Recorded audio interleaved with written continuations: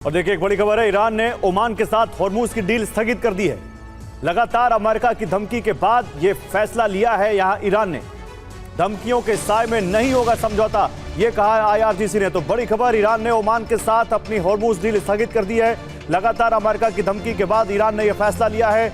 अमेरिकी दखल जारी रहने तक हॉर्मूज नहीं खुलेगा, यह आईआरजीसी ने कहा है। और यह भी कहा है कि धमकियों के साए में कोई समझौता नहीं होगा। हॉर्मूज में शुल्क लगाने पर ईरान कायम है, यह भी आईआरजीसी ने कहा है।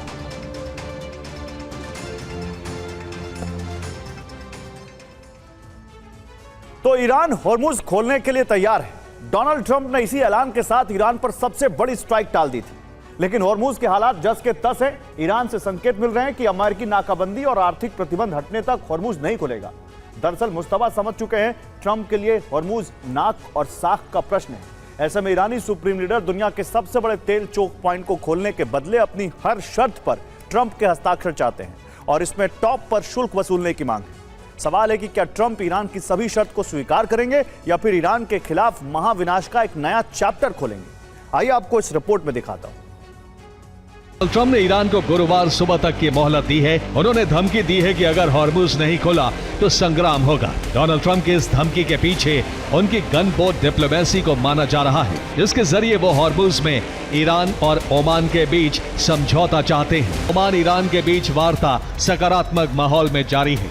हॉर्मूज में शिपिंग ट्रांसपोर्ट के लिए तंत्र बनाया जा रहा है। वार्ता तेहरान और मस्कट के बीच एक द्विपक्षीय प्रक्रिया है, इसमें अमेरिका का कोई रोल नहीं है। प्रस्तावित तंत्र के मुताबिक 60 दिनों की व्यवस्था तय की जाएगी। हॉर्मूज में जहाजों का प्रवेश ईरानी शिपिंग रूट से होगा। हॉर्मूज से बाहर जाने वाले जहाज ओमान के करीब मौजूद लेन से गुजरेंगे। ईरान की इनबाउंड लेन पर उसका पूरा नियंत्रण होगा, लेकिन ईरान आउटबाउंड लेन से गुजरने वाले जहाजों की निगरानी का अधिकार चाहता है। साथ ही ये अधिकार भी चाहता है कि जरूरत पड़ने पर वो आउटबाउंड लेन में हस्तक्षेप कर सके। दरअसल हॉर्मूज स्ट्रेट में सबसे सकरा रास्ता ईरान के लराक द्वीप और ओमान के जाजिरत सलामा द्वीप के बीच मौजूद है। यहां लगभग 19.5 किलोमीटर का हिस्सा ईरान के जल क्षेत्र में आता है, वहीं 19.5 किलोमीटर का हिस्सा ओमान के जल क्षेत्र में। ऐसा इसलिए क्योंकि हॉर्मूज के सबसे सकरे हिस्से की कुल चौड़ाई सिर्फ 39 किलोमीटर के आसपास है। द्वीप के ठीक पास गहरे जहाज नहीं चलते, इसलिए इनबाउंड लेन और द्वीप के बीच 5 से 6 किलोमीटर का सुरक्षित फासला रखा जाता है, जिसे बफर जोन कहते हैं। ईरान को भी अपनी इनबाउंड लेन में इसका ध्यान रखना होगा, जिसके बाद करीब 3.7 किलोमीटर चौड़ी इनबाउंड लेन होगी। ठीक इसी तरह ओमान की तरफ भी जाजिरत सलामा द्वीप से पहले 5 से 6 किलोमीटर का एक बफर जोन होगा। इसके बाद 3.7 किलोमीटर की आउटबाउंड लेन होगी। इसके बाद दोनों तरफ से बीच में 3.7 किलोमीटर के 2 सेपरेशन जोन होंगे। ईरान और ओमान के बीच मध्य रेखा 19.5 किलोमीटर पर है, जिसकी वजह से आउटबाउंड लेन ईरान के जल क्षेत्र वाले हिस्से के काफी करीब आ जाएगा। जब जहाज हॉर्मूज से बाहर आते वक्त उत्तर पूर्व की ओर मुड़ेंगे, तब वो ओमान के द्वीप से दूर जाने लगेंगे, क्योंकि जजीरत सलामा के उत्तर से आगे बढ़ते ही समुद्र की रेखा सीधी नहीं होगी। जजीरत सलामा द्वीप के गुजरते ही ईरान की 22 किलोमीटर जल क्षेत्र वाली अंतर्राष्ट्रीय सीमा लागू हो जाती है, जो लराक द्वीप से ही शुरू होती है। ऐसे में ईरानी जल क्षेत्र का दायरा बढ़ जाता है। इसी दौरान जहाज कुछ वक्त के लिए ईरानी क्षेत्र में जाने के लिए मजबूर होंगे। ईरान इसी आधार पर आउटबाउंड लेन की निगरानी की मांग कर रहा है। पहली, मुश्तबा सुनिश्चित करना चाहते हैं कि इस लेन का इस्तेमाल ईरान के खिलाफ नहीं होगा। दूसरा, निगरानी का अधिकार मिलते ही हॉर्मूज पूरी तरह से ईरान के नियंत्रण में चला जाएगा। उसकी इजाजत के बिना हॉर्मूज में प्रवेश और यहां से बाहर आना नामुमकिन होगा। तो अमेरिका की शर्त है स्थायी सीज फायर लागू हो, जबकि ईरान की शर्त है कि अमेरिकी नाकाबंदी तुरंत हटाई जाए। यह एक्सियोस की रिपोर्ट है। अमेरिका यह भी चाहता है कि परमाणु वार्ता शुरू हो, जबकि ईरान की शर्त है कि तेल निर्यात पर पहले प्रतिबंध खत्म किया जाए। वो इसकी जिद पर अड़ा हुआ है। अमेरिका और ईरान 2 मुद्दे पर राजी होते हुए भी नजर आ रहे हैं, जिसके मुताबिक हॉर्मूज खुला भी हो, और खुला तो ईरानी जल क्षेत्र से जहाज हॉर्मूज में एंट्री करेंगे। ये अमेरिका इस पर राजी होता दिख रहा है। वहीं बाहर निकलने के लिए ओमान के जल क्षेत्र का इस्तेमाल करेंगे। दूसरी शर्त जिस पर वो राजी हो रहे हैं कि दोनों के बीच जो सबसे बड़ा पेच हॉर्मूज में शुल्क वसूलने को लेकर है। दावा है कि अमेरिका हॉर्मूज में कोई शुल्क नहीं चाहता, जबकि ईरान शुल्क वसूलने पर अड़ा हुआ है। अब दक्षिणी लेबनान ये जो है देखना है कि यहां ये कैसे आगे बढ़ते हैं। दुनिया की अर्थव्यवस्था जिस सकरे समुद्री रास्ते से सांस लेती है, आज उसी समंदर में विश्व युद्ध का सबसे बड़ा बारूदी बवंडर सुलग रहा है। ग्लोबल क्रूड ऑयल का सबसे बड़ा चोक पॉइंट अब एक ऐसा अभेद किला बन चुका है जहां दुनिया के सबसे ताकतवर मुल्क का गुरूर भी लहरों में गोते खा रहा है।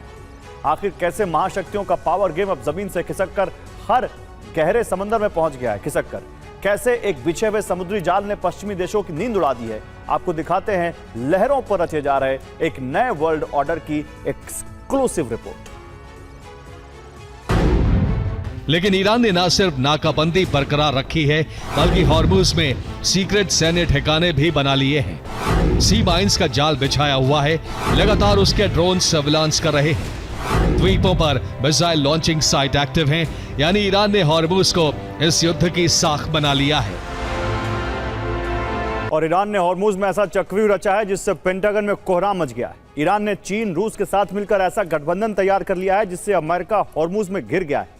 हालात ऐसे हैं कि अरब देशों का भरोसा ट्रंप से घटने लगा है। ईरान अभी भी हॉर्मुज का सुल्तान है क्योंकि उसे चीन रूस से लगातार सैन्य सहायता मिल रही है। इससे उसका दबदबा हॉर्मुज में बना हुआ है। इससे अगले घेरे में चीन हावी है, जिसे ईरान ने हॉर्मुज में ऑयल टैंकर के लिए फ्री एंट्री देने का ऐलान किया है। जबकि शैडो फ्लीट से पहले ही चीन तेल पहुंचता रहा है और अब फ्री एंट्री से तेल आसानी से पहुंचेगा। रूस भी हॉर्मुज में अमेरिका को घेरने के लिए तैयार है। इसके एवज में रूसी टैंकर को हॉर्मुज में फ्री एंट्री का ऐलान ईरान ने किया है, जबकि रूस ईरान को हथियार सप्लाई करेगा, जिसके दम पर अमेरिका हॉर्मुज में फंसता दिख रहा है। ईरान ने 3 दांव एक साथ खेले हैं। पहले दांव में वो अरब देशों के तेल ठिकानों पर हमले रोक सकता है। इसके एवज में अरब देशों को हॉर्मुज से गुजरने पर शुल्क देना होगा। अरब देश इसके लिए तैयार भी हो सकते हैं क्योंकि अरब देशों की घबराहट तब से बढ़ी हुई है जब से ऐसी खबरें आई हैं कि अमेरिका खाड़ी देशों से सैन्य ठिकानों को शिफ्ट कर सकता है। ईरान का दूसरा दांव यूरोपीय देशों को लेकर है। ऐसी रिपोर्ट सामने आई हैं, यूरोपीय देशों की हॉर्मुज में एंट्री को लेकर ईरान ने एक प्रस्ताव तैयार किया है। ईरान उन यूरोपीय देशों को इस नई व्यवस्था में शामिल करा सकता है जो माइन क्लियरेंस और दूसरी सुविधाओं को लेकर खर्च उठाने को तैयार हो। ईरान चोक पॉइंट को यूरोपीय देशों के लिए खोलने पर विचार कर रहा है। ईरान का तीसरा दांव है रूस चीन के लिए फ्री ट्रांजिट पास, जिसको लेकर सहमति भी बन चुकी है। इसके एवज में चीन रूस सैन्य सहायता जारी रखेंगे। और अब हॉर्मुज को लेकर ड्रैगन सक्रिय हो चुका है, जो अपने सीक्रेट बेस से अमेरिकी युद्धपोतों की निगरानी कर सकता है। वो ठिकाना अदन की खाड़ी के पास जिबूती है। इसे चीन ने 2007 में बनाया था। इसकी स्ट्रेट ऑफ हॉर्मुज से दूरी 2750 किलोमीटर है। जिबूती बेस पर PLA नेवी मरीन कॉर्प्स के 2000 सैनिक तैनात हैं। इस बेस पर 400 मीटर का रनवे भी बना हुआ है, जहां से चीनी जेट उड़ान भर सकते हैं। इसके अलावा नेवल बेस पर 052 DL गाइडेड मिसाइल डिस्ट्रॉयर की तैनाती है। टाइप 054A फ्रिगेट भी वहां पर मौजूद है। टाइप 903A रिप्लेनिशमेंट शिप भी यहां लगाया गया है। इसके अलावा हेलीकॉप्टर सर्विलांस के लिए यहां पर मौजूद है। वायु रक्षा मिसाइल लगाई गई हैं। साथ ही HQ-16 surface to air missile भी लॉन्चिंग पैड पर हैं। YJ एंटी शिप मिसाइल युद्धपोत पर तैनात की गई हैं, जिनसे वो हॉर्मुज में अमेरिका के युद्धपोतों पर हमला कर सकता है अगर ईरान संकट में फंसा तो। रॉयटर्स और अन्य अमेरिकी मीडिया रिपोर्ट्स के अनुसार इसकी पहली वजह है अमेरिका की सैन्य ताकत का कमजोर होना। युद्ध लंबा खींचने से अमेरिका के पास बैकअप प्लान नहीं है। दूसरी वजह है अरब देशों के लगाए अमेरिका के डिफेंस सिस्टम का ध्वस्त होना।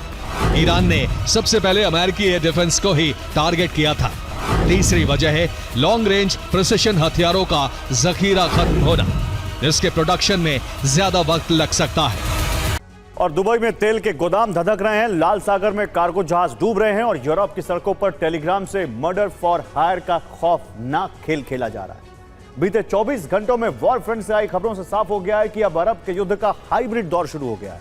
मुस्तफा खामनेई ने अमेरिका और इजरायल के साथ सीधे टकराव से बचते हुए ऑपरेशन प्रॉक्सी का सबसे घातक चक्रव्यूह रच दिया है। यमन के हूती विद्रोहियों की मिसाइलों से लेकर स्वीडन के कुख्यात फॉक्स ट्रॉट गैंग तक ईरान ने साइबर दुनिया, क्रिप्टो करेंसी और कॉन्ट्रैक्ट किलर्स को एक साथ मैदान में उतार दिया है। 5 अगस्त सुबह नजरान सऊदी अरब बैलिस्टिक मिसाइल से हमला। 5 अगस्त दोपहर यानबो लाल सागर तेल टैंकर पर हमला। 5 अगस्त शाम अल हुदैदा लाल सागर कार्गो जहाज पर हमला। 5 अगस्त रात, जबल अली, दुबई, धमाके और आग। लाल सागर में यह हमला एक भारतीय कार्गो जहाज पर हुआ। हमले के बाद जहाज डूब गया, लेकिन जहाज पर सवार सभी 14 लोगों को सुरक्षित बचा लिया गया। इनमें 13 भारतीय शामिल थे। और यमन की धरती से उठी हूती विद्रोहियों की मिसाइलों और ड्रोन बोट्स ने पूरे पश्चिम एशिया में तबाही का ऐसा चक्रव्यूह रचा है जिसकी आंच खाड़ी से लेकर लाल सागर तक साफ दिखाई दे रही है। सबसे पहले लाल सागर में भारतीय कार्गो जहाज MSV फैज नूर औलिया पर विस्फोटकों से भरी बोट से हमला हुआ। जहाज डूब गया, लेकिन सभी 13 भारतीय नाविकों को सुरक्षित बचा लिया गया। इसके बाद यमन बॉर्डर से सटे सऊदी अरब के रणनीतिक नजरान एयरपोर्ट को निशाना बनाकर हूती विद्रोहियों ने सीधे बैलिस्टिक मिसाइल स्ट्राइक की। फिर लाल सागर के बेहद महत्वपूर्ण व्यापारिक मार्ग यानबू तट के पास हमला हुआ। सऊदी अरब के विशालकाय तेल टैंकर वफा पर बैलिस्टिक मिसाइल दागी गई ताकि अंतर्राष्ट्रीय ईंधन आपूर्ति की कमर तोड़ी जा सके। और आखिर में खाड़ी के सबसे सुरक्षित व्यावसायिक केंद्र दुबई के जबल अली पोर्ट के पास महज 20 मिनट में 7 धमाके हुए और पूरे इलाके का फ्यूल स्टोरेज आग के शोलों में तब्दील हो गया। Global choke point number 1, Hormuz strait, 20% कच्चे तेल का रास्ता जाम। Global choke point number 2, Bab el Mandeb strait, Europe की सप्लाई चेन पर चोट। तेहरान ने अब सीधे मोर्चे पर उतरने के बजाय असिमेट्रिक वॉरफेयर, साइबर ऑपरेशंस और प्रॉक्सी नेटवर्क के जरिए एक हाइब्रिड युद्ध का नया चरण शुरू कर दिया है। इस नए तरह के युद्ध का मकसद है सीधे युद्ध में शामिल हुए बिना पूरे पश्चिम एशिया और यूरोप में आर्थिक अराजकता फैलाना, ताकि अमेरिका, इजराइल और उनके सहयोगियों को सुरक्षा और अर्थव्यवस्था के मोर्चे पर एक साथ बैकफुट पर ढकेला जा सके। और समंदर के बाद अब बारी यूरोप की है। रिपोर्ट है कि ईरान से यूरोप तक एक पूरा हाइब्रिड नेटवर्क ऑपरेट हो रहा है, जिसका कमांड सेंटर तेहरान में। पश्चिमी जांच एजेंसियों के मुताबिक यूरोप तक फैले मर्डर फॉर हायर नेटवर्क के जरिए स्थानीय अपराधियों का इस्तेमाल कर यूरोप के नेताओं की टारगेट किलिंग करने की और उसकी साजिश रची जा रही है। भर्ती के लिए टेलीग्राम जैसे एनक्रिप्टेड ऐप्स का इस्तेमाल होने का आरोप है, जबकि भुगतान क्रिप्टो करेंसी और डॉलर में किए जाने की बात जांच रिपोर्ट्स में कही गई है। निशाने पर नाबालिग और लोकल गैंगस्टर बताए जा रहे हैं। स्वीडन के कुख्यात फॉक्सट्रॉट गैंग, फ्रांस के क्रिमिनल नेटवर्क और अंतर्राष्ट्रीय ड्रग कार्टेल जैसे आपराधिक नेटवर्क को इस ऑपरेशन का हिस्सा बताया जा रहा है। रिपोर्ट्स के मुताबिक ईरान के इस नए हाइब्रिड वॉरफेयर के निशाने पर ब्रिटेन, नीदरलैंड और फ्रांस के बड़े नेता, यूरोप के देशों में मौजूद यहूदी संगठन और यूएस इजराइल के दूतावास हो सकते हैं। हिजबुल्लाह की गवर्निंग काउंसिल में IRGC कमांडरों की सीधी तैनाती करके लेबनान फ्रंट को एक्टिव किया है। यमन से लाल सागर के कमर्शियल शिप्स और सऊदी अरब के रणनीतिक ठिकानों पर बड़े हमलों की तैयारी है। इराक के शिया लड़ाकों को अमेरिकी सैन्य अड्डों और जॉर्डन सीमा पर हलचल बढ़ाने के निर्देश दिए गए हैं। पश्चिम एशिया से निकलकर ईरान ने स्वीडन के कुख्यात गैंग के जरिए यूरोप में शैडो वॉर का नया केंद्र बनाया है। स्वीडन को IRGC और फॉक्सट्रॉट गैंग के मुख्य ऑपरेटिंग हब के रूप में इस्तेमाल किया जा रहा है। स्वीडन की सीमा से सटे नॉर्वे में गुप्त ठिकानों और स्लीपर सेल्स का जाल बिछाया है। डेनमार्क, फिनलैंड, बेल्जियम और यहां तक कि ब्रिटेन में भी अस्थिरता फैलाने के लिए IRGC के इशारे पर काम जारी है। और किसी भी जंग में हमले के साथ खुद के बचाव का भी मजबूत इंतजाम जरूरी है। लेकिन अब यूक्रेन इसी मामले में रूस से पिछड़ चुका है। यूक्रेन अपनी ड्रोन शक्ति से रूस की रिफाइनरी जला रहा है, कई बड़े हमले कर रहा है, लेकिन यूक्रेन का डिफेंस करीब करीब शून्य हो चुका है। यूक्रेन में पेट्रियट मिसाइलें खत्म हो चुकी हैं और रूस अब यूक्रेन की राजधानी कीव को जलाने का मिशन चला रहा है। एक बार फिर कीव पर रूस ने बड़ा हमला किया है, लेकिन तबाही के बीच रेस्क्यू के अलावा कुछ नहीं कर सकता है, क्योंकि यूक्रेन के पास कीव को बचाने का हथियार ही नहीं। कीव पर नॉर्थ कोरिया के मिसाइलों से हमले। कीव पर कई KN-23 बैलिस्टिक मिसाइलों से हमले हुए। क्लस्टर KN-23 मिसाइलों से कीव में भारी तबाही हुई है। यूक्रेन पर नॉर्थ कोरिया की 120 मिसाइलें इस्तेमाल होंगी। नॉर्थ कोरिया रूस में 6 मिसाइल लॉन्चर तैनात करने वाला है। नॉर्थ कोरिया के 90 सैनिक वोरोनिश इलाके में तैनात होंगे। और पश्चिम एशिया की जंग का असर पूरे विश्व पर पड़ रहा है। हॉर्मुज की खाड़ी ठप है और आम जनता महंगाई की मार झेल रही है। लेकिन इस तबाही के दौर में दुनिया की दिग्गज तेल कंपनियां रिकॉर्ड तोड़ मुनाफा कूट रही हैं। जंग की आड़ में कैसे बिग ऑयल कंपनियों की तिजोरियां भर रही हैं, देखिए हमारी इस रिपोर्ट में। अमेरिका की सबसे बड़ी तेल कंपनी एक्सॉन मोबिल ने दूसरी तिमाही में $14.5 अरब यानी 1.2 लाख करोड़ रुपए से ज्यादा का मुनाफा कमाया, जो 4 सालों का सबसे बड़ा रिकॉर्ड है। शेवरॉन का मुनाफा 6 साल के उच्च स्तर पर पहुंचकर $12 अरब हो गया। यूरोप की सबसे बड़ी तेल कंपनी शेल की कमाई दोगुनी होकर $10 अरब के करीब पहुंच गई। BP का मुनाफा दोगुने से ज्यादा बढ़कर $5.73 अरब हो गया। तो वहीं फ्रांस की टोटल एनर्जीज की कमाई में 67% का उछाल आया। खाड़ी के दिग्गज कंपनी सऊदी अरामको ने भी $32.69 अरब का भारी भरकम मुनाफा कमाया है। जब आपूर्ति संकट या युद्ध के कारण कीमतें अचानक बहुत बढ़ जाती हैं, तो कंपनियों को मिलने वाला अतिरिक्त मुनाफा विंडफॉल प्रॉफिट कहलाता है। हॉर्मुज़ बंद होने से बाजार में तेल की आपूर्ति कम हो गई, लेकिन इसकी मांग वैसी ही बनी रही या बढ़ती रही।